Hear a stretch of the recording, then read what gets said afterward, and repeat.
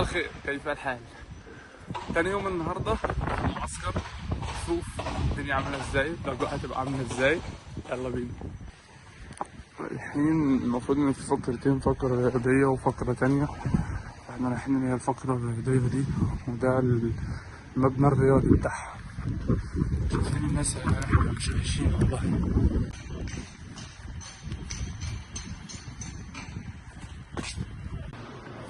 دي الصالة الرياضية عندهم، دي الصالة الرياضية، الصالة الرياضية. دي درجة الحرارة والساعة وكل حاجة. فصباح الفل يا جدعان.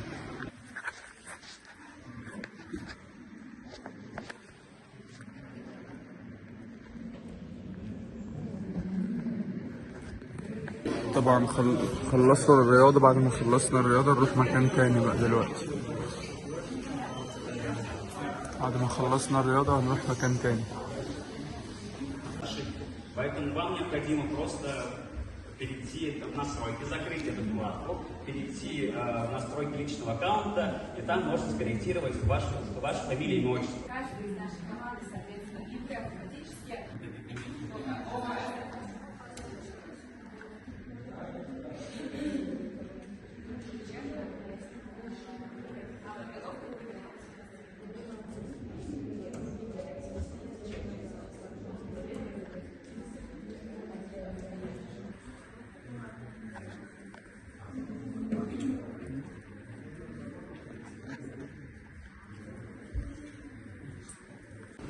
خلصنا ورايحين ناخد الفطار.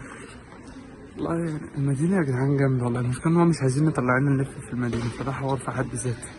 بس احنا رايحين نفطر وهنشوف ايه القصة العويصة بتاعت الفطار دي. يلا بينا. وصلنا دخلنا المطعم، هنشوف عاملين لنا فطار ايه الجماعة دول. دول عاملين ده الرز بلبن وعاملين حاجات غريبة كده. والفطار زي ما احنا شايفين كده، عاملين رز بلبن وسوسيس، كل ده حلال طبعا، جبنة رومي وحتة جبنة عادية وشاي، مروقين علينا.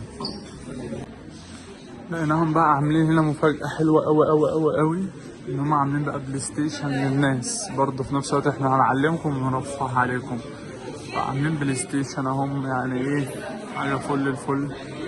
وهم اللي بيلعب اهو بدورتموند، والناس دي توب التوب يا جدعان والله. بلاي ستيشن والاجواء بنت الناس. طبعا خلصنا اكل الحمد لله. الاكل بصراحه جميل جدا، التنظيم بتاعهم ممتاز. اول مره اجرب حاجه زي كده، فحاجه في قمه الجمال بصراحه. المدينه دي على بعد 3 ساعات من كازان، جميله جدا جدا، وفي حاجات كويسه جدا جدا هنا. فالاجواء جميله، الاتموسفير العام كده حلو، فمتطلع بقى الايام الجايه. فيلا بينا تابعونا الفتره الجايه عشان تعرفوا اكتر. دلوقتي رايحين هنتجمع عشان رايحين يودونا رحله، احنا اطفال باين.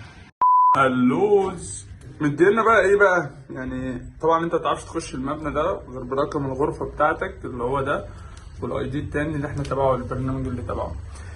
الجو جميل يا جدعان والحوار جميل. طبعا جايين اهو عشان نخش الاوضه، واوريكم بقى الاوضه هنا عامله ازاي. حرفيا التجربة جميلة جدا جدا جدا. أول مرة أخش في معسكر زي كده، تكون حاجة خاصة بالطلاب، إن هم بيعلموك إزاي مثلا هتنجح بعد كده مثلا في حياتك، في الحياة الجامعية، إزاي تساعد الطلاب، مش عارف إيه، هي مشاركة أنشطة للطلاب عامة. فصدقني التجربة جميلة جدا جدا والموضوع جميل. النهاردة آخر يوم، جوايا أحاسيس كتير جدا، مش عارف أقول إيه بصراحة. بس هي كانت تجربة أول مرة أجربها، لأن أنا كإنسان بعدت عامة بحب الإيه، عارفين كده اللي هو بحب ابقى براحتي، محدش يتحكم فيا. فاربع ايام كده 5 ايام، انا كنت فاكرهم في الاول يومين بس، طلعوا 4 ايام او 5 ايام، كانوا كويسين جدا بالنسبه لي. اتعلمت حاجات كتيره جدا جدا جدا. هعمل فيديو لوحده هنقل تجربتي شويه في كل ده. عارفين تجربه من التجارب الكويسه جدا جدا جدا. اتمنى انها تتكرر الفتره الجايه ان شاء الله باذن الله. و لحد هنا مش عارف اقول ايه، بس اعملوا شير، لايك، سبسكرايب، كومنت، كل حاجه. وتجربه هنقولها لكم قريب كامله في فيديو ان شاء الله. سلام.